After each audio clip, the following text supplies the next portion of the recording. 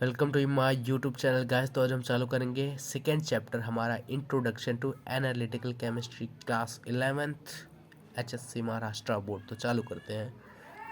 तो क्या है analytical chemistry? Analytical chemistry is the branch of science is the branch of chemistry जो कि एक अलग आइडेंटिटी और फैसिलिटी चाहता है। एजुकेशन इसकी की जाती है जो कि qualitative and quantitative determination of composition यानी किसी भी सब्सटेंस की अलग पहचान बताई जाती है।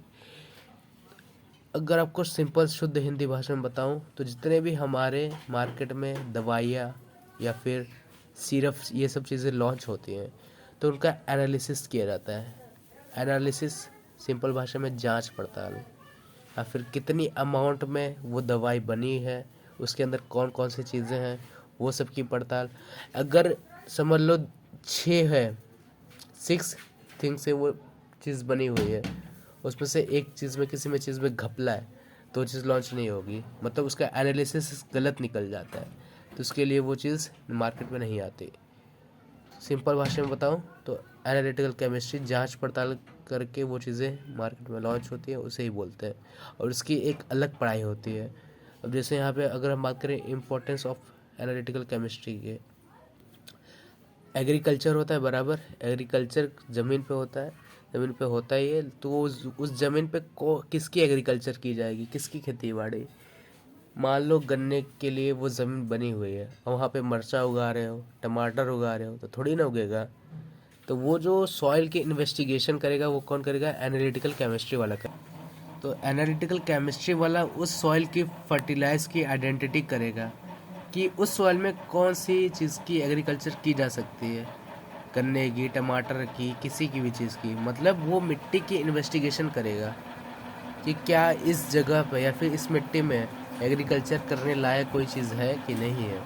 तो किसका काम करता है? एनालिटिकल केमिस्ट्री वाला करता है। तो इस फील्ड में आपको एक अच्छा खासा जॉब मिलता है जो कि ज़्यादा नहीं, 20 से 25 हज़ार, कुछ खास है नहीं। तो इसकी नॉलेज होना हमें बहुत ज़रूरी है। ये हो गया हमारा एनालिटिकल केमिस्ट्री की चर्चा। अब दूसरी हम बात करते हैं। अब एनालिटिकल केमिस्ट्री में दो आते हैं हमारे, एक क्वालिटेटिव एक क्वांटिटेटिव। अब कोई प्रोडक्ट है उसकी क्वालिटी कैसी है, यानी क्वालिटी कैसी है, कौन सी क्वालिटी में बना हुआ है, जिसमें presence of absence of element, कोई भी एलिमेंट कंपाउंड के फॉर्म में वो प्रोडक्ट को बताया जाता है। और दूसरी उसकी क्वांटिटेटिव कितनी है। अब समझ लो एक कप सिरप है, उसकी क्वालिटी अच्छी है लेकिन क्वांटिटी कितनी मात्रा में ज़्यादा हो गई, कम हो गई, तो वो चीज़ें, ये दोनों चीज़ें क्वालिटेटिव क्वांटिटेटिव एनालिसिस दोनों किया जाता है। इसमें हमारे एनालिसिस में हमारे दो आते हैं जिसे हमें क्वालिटेटिव और क्वांटिटेटिव, ये दोनों के एनालिसिस करने के बाद उस चीज़ को भेजा जाता है जो कि रिलेटेड प्रोपोर्शन ऑफ एलिमेंट के प्रोपोर्शन में रहता है वो कंपाउंड के फॉर्म में। ये बात हो गई हमारे इम्पोर्टेंस ऑफ एनालिटिकल केमिस्ट्री की। तो एनालिसिस की बात करें तो एनालिसिस कैसे किया जाता है? अब एक कंटेनर है, कंटेनर में दूध है। अब पूरे दूध को तो एक साथ करेंगे नहीं, उसकी जांच पड़ताल पूरे दूध को लेके तो करेंगे नहीं, तो उसकी एक सैंपल को लेके हम उसकी जांच पड़ताल करते हैं। अगर एक की जांच होगी तो सभी का हो गया ना, अब क्या पूरे दूध को करते बैठोगे? नहीं ना। तो एनालिसिस में क्या होता है, एक स्मॉल सैंपल के लिए मटेरियल की ली जाती है और उसकी टेस्ट किया जाता है टेस्ट ट्यूब में, इस तरीके से। दो आता है हमारा क्वालिटेटिव क्वांटिटेटिव, जिसकी हमने बात पहले ही कर दी। तो इसके भी कुछ मेथड्स होते हैं, मेथड्स। ऑब्वियसली सी बात है, अगर कोई भी चीज़ बनाएगी तो उसका कुछ ना कुछ मेथड रहता है। अगर हम जी रहे हैं तो उसके भी कुछ ना कुछ मेथड है।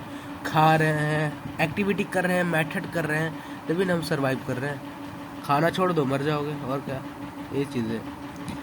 तो यहाँ पे दो मेथड बनाई गई हैं। हमारा ड्राई मेथड, जिसमें हमारा वाटर का यूज़ नहीं, बिना वाटर के यूज़ किए उसका एनालिसिस होता है उस क्वालिटी का, कि इस क्वालिटी में बिना वाटर का यूज़ किए उसकी जांच पड़ताल की जाती है।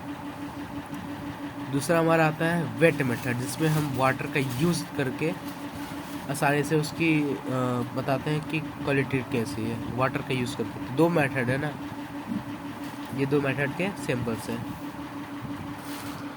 तो एक हमारा आता है केमिकल मेथड ऑफ क्वांटिटेटिव। अब क्वालिटी की बात हो गई, क्वालिटी की बात हो गई, अब क्वांटिटी की बात करेंगे, कितना क्वांटिटी में रहेगा। तो जो क्वांटिटेटिव एनालिसिस है, एक ऑर्गेनिक कंपाउंड है जो कि मिला हुआ है डिटरमिनेशन ऑफ परसेंटेज कंस्टिट्यूट। अब क्वांटिटी में हमारा एक ही चीज़ तो किया जाता है, हर एक चीज़ की परसेंटेज को कैलकुलेशन करना कि कितने परसेंटेज में वो कैलकुलेट हो रही है एलिमेंट के। और दूसरा हमारा concentration of non has compounds in the given sample etcetera. तो आपको केमिस्ट्री में जो दो चीज़ें और अच्छे तरीके से पढ़ने को मिलेगी, एक कॉन्सेंट्रेशन और दूसरा सॉल्यूट।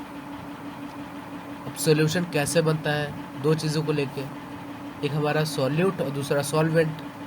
सॉल्यूट और सॉल्वेंट लेंगे तब जाके हमारी दो चीज़ों से एक सॉल्यूशन रेडी होता है। तो कॉन्सेंट्रेशन में जो सॉल्यूट की मात्रा है वो ज़्यादा रहेगी और सॉल्वेंट की मात्रा कम रहेगी। और इसका अपोजिट रहेगा किसमें, डाइल्यूट में। ये वर्ड आपने कभी ना कभी सुना ही होगा, डाइल्यूट।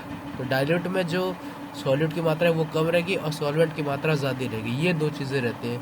अगर न्यूमेरिकल तो हमारे केमिस्ट्री में आते ही हैं। दूसरा एक होता है वॉल्यूमेट्रिक एनालिसिस, ग्रेविमेट्रिक एनालिसिस, जिससे हम वाटर लेते हैं और कुछ चीज़ें डालते हैं। वो जो आपने देखा होगा वीडियो, अगर आप सर्च मारेंगे यूट्यूब पे कौन सा ग्रेविमेट्रिक एनालिसिस, तो एक ग्रेविटी के थ्रू होता है, ग्रेविटी के थ्रू।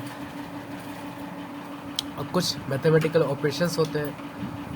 अगर एनालिसिस हो रहा है, जांच पड़ताल हो रहा है, तो उसमें भी तो गड़बड़े होती है ना, एरर होती है, एरर एनालिसिस। मान लो मापने में भी गलती होती है, जो कि आप ऑब्जर्व करके करते हैं। जो केमिस्ट वाला रहता है, ऑब्जर्व कर लिया बंदे ने, मान लो हमारा 6.2 निकल रहा है और उसका जो आंसर है, जो मतलब ऑब्जर्व्ड वैल्यू है, वो आ रही है 5.9, तो गलत हो गया ना। तो ये चीज़ें होती हैं एनालिसिस में, जो कि एरर एनालिसिस बोला जाता है मैथमेटिकल ऑपरेशन के तौर पर। और वहीं पर अगर आप साइंटिफिक नोटेशन में देखोगे तो हमारे केमिस्ट्री में बहुत सारे ऐसे जगह बड़े बड़े नंबर आते हैं, जैसे कि आप लोग देख रहे होंगे यहाँ पे। तो मॉलिक्यूल्स को हम बड़े बड़े नंबर्स पर लिखते नहीं हैं, लेकिन ये सब चीज़ें कैलकुलेशन के तौर पर आती हैं, जिनका हमें उतना काम नहीं रहता, इसके लिए इसे हम छोड़ देते हैं। नेक्स्ट हम बात करेंगे प्रिसिशंस एंड एक्यूरेसी ऑफ मेजरमेंट। जो हमने पहले बात की, अगर मेजरमेंट कर रहे हैं तो वहाँ पे गलती होनी ही होनी है। अरे देखिए, हमारा जो भी एनालिसिस होता है ना, तो 4 स्टेजेस पे होता है, बहुत सारे। पहला वाला जैसे हमारा बोर्ड का पेपर चेक होता है, पहला बंदा चेक करेगा, दूसरा बंदा चेक करेगा, तीसरा चेक करेगा, तब जाके चौथा वाले का साइन लगेगा, तब जाके वो मार्केट में लॉन्च होएगा। उसी प्रकार से हमारे जो कोई भी अगर प्रोडक्ट है तो उसको भी बनाने के लिए बहुत सारे लोग रहते हैं। पहला वाला बंदा चेक किया तो चलो सही है, दूसरा वाला चेक किया सही है, अगर तीसरे वाले ने चेक किया उसमें कुछ मिस्टेक निकला तो वो चीज़ वापस आ जाएगी, वो चीज़ जाएगी नहीं। और जब जाएगी नहीं तो वो चीज़ आएगी नहीं। क्या बोला जाता है, प्रिसिशन क्या है? Precision is also known as decision, उस ऑब्जर्व्ड वैल्यू या फिर एक्चुअल वैल्यू के ऊपर डिसीजन लेना को ही प्रिसिशन बोला जाता है। Precision is also known as decision, you can say that in the simple language. तो nearness of measured value to the true value is called accuracy. मतलब अगर मेजर जो हमारी एक्चुअल वैल्यू है, हम कितना भी कोशिश कर लें, मतलब उसको नज़दीक लाने की, अगर जैसे हमारा दे दिया 7, तो हम बहुत से बहुत ज़्यादा कोशिश करते हैं कि उसकी जो एक्चुअल वैल्यू है 7 ही आए, लेकिन बहुत सारी जगह 6.9, 6.8 ऐसे हमें केसेस देखने मिलते हैं हमारे केमिस्ट में। तो बोला जाता है, तो एक हमारा होता है लीस्ट काउंट, जो कि बहुत से बहुत मिनिमम होती है। लीस्ट काउंट मतलब समझ लो उसको नाप ही नहीं सकते, फिर भी हमारी टेक्नोलॉजी इतनी डेवलप है कि कुछ ना कुछ जुगाड़ करके नाप लेती है। तो लिस्ट काउंट क्या होती है? Accuracy depend upon sensitivity. जो हमारा एक्यूरेसी रहेगा वो डिपेंड किसके ऊपर रहेगा? सेंसिटिविटी के, निर्भर रहेगा सेंसिटिव पे। तो बहुत कम से कम वैल्यू रहती है जिसे हम लिस्ट काउंट बोला जाता है। The smallest quantity that can be measure, बहुत स्मॉलेस्ट क्वांटिटी जिसे हम मेज़र करते हैं उसे हम लिस्ट काउंट बोलते हैं। तो यहाँ पे कुछ हमारा बेसिक फार्मूला दिया हुआ है, रिलेटिव एरर, जो कि आपने फिजिक्स में पढ़ा है। तो एब्सोल्यूट एरर निकालने का तरीका क्या है? इसकी दो वैल्यू है, ऑब्जर्व्ड वैल्यू, जो आपने ऑब्जर्व की, ऑब्जर्व समझ लो ट्रू वैल्यू हमारी 7 थी, ऑब्जर्व किया 6.9 निकला, तो ये हमारी ऑब्जर्व्ड वैल्यू हो गई। तो observe value minus true value करोगे तो आपको एब्सोल्यूट एरर मिलेगा कि एब्सोल्यूट एरर हमारा क्या निकला। दूसरा हमारा होता है रिलेटिव एरर निकालने का तरीका। रिलेटिव एरर निकालेंगे तो एब्सोल्यूट एरर जो इसकी वैल्यू आएगी अपॉन ट्रू वैल्यू इंटू 100 करोगे तो आपको देखने को मिलेगा। अगर आप आपके 12th में प्रैक्टिकल किया जाएगा तो टेस्ट ट्यूब में एक्यूरेसी की आप बहुत ज़्यादा मात्रा आपको देखने को मिलती है। जैसे हमारे एग्जांपल्स में दिया हुआ है 1 2 3, तो कहीं ना कहीं एक ऐसा आता है, देख लिया बंदा 10 पे चलो सही है, लेकिन ये जो खाली वाला बचा है उसको कौन भरेगा, नहीं भरेगा ना। तो ये हमारी एक्यूरेसी हो गई, मतलब एरर आ गया, एरर आ गया। तो उसी प्रकार बहुत सारे स्टेजेस करने के बाद हमारी एक एक्चुअल वैल्यू आती है। इधर भी देखिए जैसे हमारे